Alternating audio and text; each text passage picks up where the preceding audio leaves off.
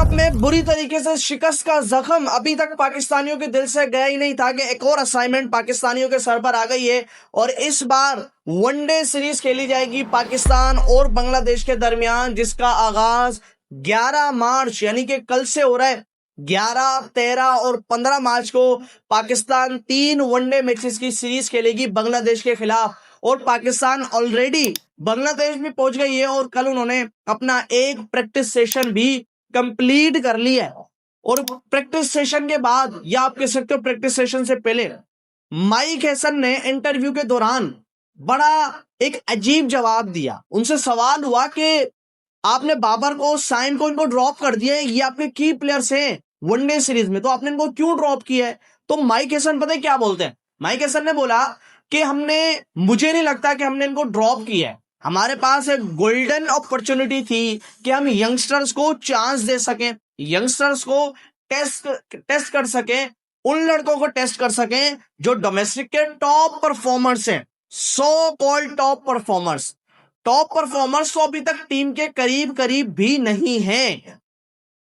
आप यंगस्टर्स को वहां पर देखो, गलती वो होती है जो आप एक दफा कर दो, जो आप बार बार करते हो ना उसको गलती नहीं कहती, उसको नालायकी कहते हैं। आप ऑलरेडी यंगस्टर्स के साथ गए थे T20 सीरीज खेलने के लिए बांग्लादेश के अंदर और वो सीरीज आप हार कर आए थे, ठीक है। अब उसमें खिलाड़ियों का भी कोई कसूर नहीं था क्योंकि वो खिलाड़ी कभी बांग्लादेश के अंदर कोई इंटरनेशनल मैच खेले ही नहीं थे। तो उसके बाद आप दोबारा अपने नए लड़कों को वहां पर भेज रहे हो जहां पर वो कभी भी कोई T20 वनडे नहीं खेले, जिसके अंदर शामिल हुसैन, गाजी गोरी, मां सदाकत कह सकते हो काइंड ऑफ वहां पर लीग क्रिकेट खेल चुके हैं, लेकिन इंटरनेशनल तो नहीं खेले ना। अब मैं ये नहीं कह रहा हूं बाबर साइम होता तो आप ये वनडे सीरीज जीत जाने थे, ये गारंटेड है नहीं, लेकिन एक यंगस्टर का, एक सीनियर का अलग प्रेशर होता है अपोजिशन के ऊपर। ठीक हो गया। उसके बाद आपने बोला कि हमने यंगस्टर्स को चांस दिया है। भाई देखो, यंगस्टर्स को चांस दिया तो मेरा सवाल आपसे ये है कि चांस देना पहले किसको बनता था, कामरान गुलाम को या शामिल हुसैन को? चांस देना पहले किसको बनता था, गाजी गोरी, मां सदाकत को या जमान खान, सुफियान मुकीम को? ये सवाल है हमारे जिनके जवाबात आपको देने पड़ेंगे। तो ये बेवकूफ बना रहे हैं बोर्ड में बैठकर, ये आकिब जावेद और ये माइक हैसन वगैरह, ये आपको, हमें बेवकूफ बना रहे हैं कि हमने नए लड़कों को चांस दिया है। वनडे का वर्ल्ड कप है आपका, आप ये माइंड में ला भी नहीं सकते हो गलती से कि आप बाबर को, उनको रेस्ट करवाओगे। मुश्किल से 1-1.5 साल रह गया आपका वर्ल्ड कप के अंदर, मेरे ख्याल से 1 साल रह गया है आपका, और आप अभी भी टेस्ट कर रहे हो। यार टीमें 2027 के वर्ल्ड कप में जा चुकी हैं, यानी कि उन्होंने सेट कर लिया कि हमारा कौन सा 15 का स्क्वाड होने वाला है। हमारी एक्सपेरिमेंट से खत्म नहीं होते। वर्ल्ड कप से 1 साल पहले हमने सारी तैयारियां की, बाबर, रिजवान सबको ड्रॉप किया, लेकिन वर्ल्ड कप में बाबर भी सिलेक्ट हो गया, हारिस ड्रॉप हो गया, हसन नवाज ड्रॉप हो गया। तो ये जो चैंपियंस टीमें होती हैं उनका ये माइंडसेट नहीं होता है। फर्स्ट ऑफ ऑल आगे बढ़ते हैं। पाकिस्तान कल को जो पहला मैच खेलेगा बांग्लादेश के खिलाफ वनडे का, वो 2015 के बाद पहला वनडे इंटरनेशनल मैच होगा पाकिस्तान और बांग्लादेश के दरमियान, बांग्लादेश के अंदर।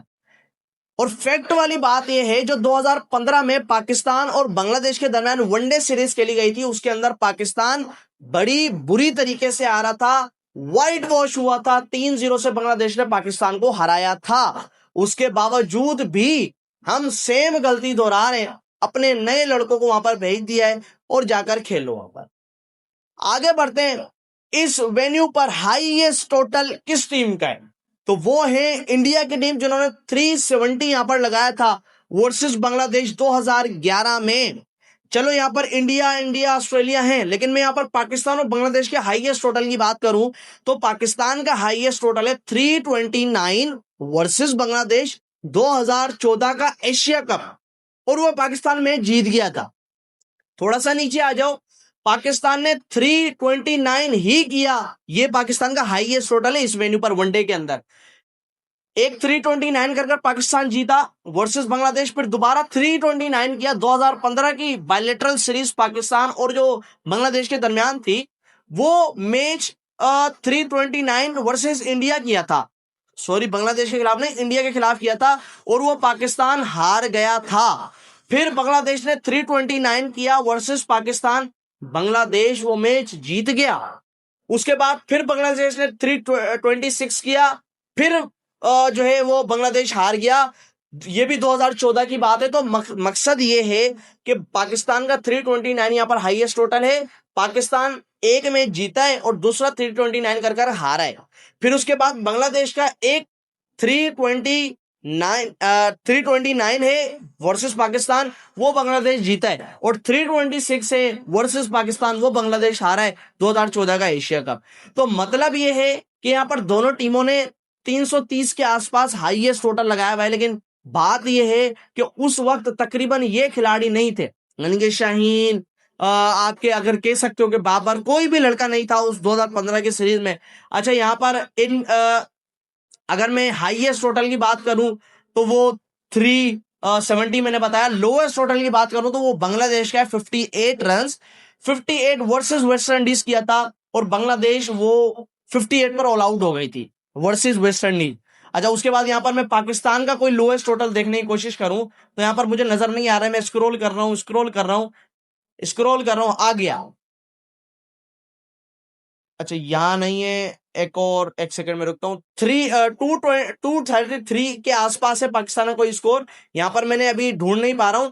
233 है पाकिस्तान का लोएस्ट टोटल बांग्लादेश के खिलाफ, और पाकिस्तान वो मैच जीत गया था 2008 में। अब एक चीज आपने याद रखनी है, 2008 में जो वनडे सीरीज पाकिस्तान और बांग्लादेश की हुई थी इस वेन्यू पर, वो पाकिस्तान ने व्हाइट वॉश की थी, और 2015 में बांग्लादेश ने पाकिस्तान को व्हाइट वॉश की थी। तो वो रिवेंज था जो उन्होंने लिया था। अच्छा, इंडिविजुअल यहां पर हाईएस्ट टोटल, यहां पर ओवरऑल बात करें वनडे में तो शेन वॉटसन है ऑस्ट्रेलिया के, जिन्होंने 185 किया था अगेंस्ट बांग्लादेश 2011 में। उसके बाद कोई लेजेंडरी क्रिकेटर का यहां पर नाम आता है, legend the great Virat Kohli, जिन्होंने 183 किया था वर्सेस पाकिस्तान 2012 में। इस मैच को कौन भूल सकता है, क्योंकि ये वो मैच था विराट कोहली के करियर का, जिन्होंने विराट कोहली को एकदम ऊंचाइयों पे पहुंचा दिया था। उनकी यहां से पीक शुरू हो गई थी। उसके बाद पाकिस्तान का यहां पर कोई क्रिकेटर हो ना हो, लेकिन बांग्लादेश का है इमरुल केवीज, 144 है इनका हाईएस्ट टोटल। उसके बाद तमीम इकबाल है, 132 है उनका हाईएस्ट टोटल। इससे पहले कई और खिलाड़ी हैं, लेकिन वो दूसरी कंट्रीज के। ये मैं पाकिस्तान और बांग्लादेश का बता रहा हूं। पाकिस्तान का कोई खिलाड़ी है तो 129 किया था सलमान बट ने वर्सेस इंडिया 2014 में, 2008 में बेसिकली।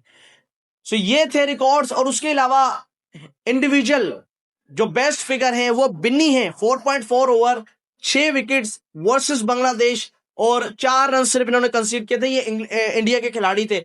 अगर यहां पर मैं बांग्लादेश का ढूंढूं तो बांग्लादेश का आ जाता है 5.5 over, Rubel Hossain, 6 wickets versus न्यूजीलैंड 2013 में। पाकिस्तान का कोई खिलाड़ी है तो Shahid Afridi, 6.3 over, 5 wicket, 23 run concede किए वर्सेस बांग्लादेश 2011 में। तो ये फैक्ट्स है जो मैंने आपके साथ शेयर किए, बड़े इंपॉर्टेंट है। सो मेरा ख्याल है यहाँ पर जो स्कोर है आपको 300 के आसपास ही लगता हुआ नजर आएगा। 290, 310 के आसपास स्कोर आपको लगता हुआ नजर आ सकता है। डिपेंड करता है कि इस बार कंडीशन किस लिहाज से होती है, लेकिन अमूमन ये है कि हाईएस्ट टोटल यहाँ पर आपको नजर आते हैं। उसके अलावा यूनुस खान ने भी एक बात कही कि आपको जो सिलेक्शन है वो मेरिट पर करनी चाहिए, जो टॉप परफॉर्मर्स है हमारी डोमेस्टिक में उनको ले जाना चाहिए। उन्होंने ये भी बोला कि क्या हमारे पास इससे बेहतर ऑप्शंस नहीं थी ना, तो हमने उनको नहीं खिलाया, तो उनको हमें मौका देना चाहिए। जो चैंपियंस टीमें होती हैं वो इस तरह नहीं करती हैं जिस तरह आप कर रहे हो।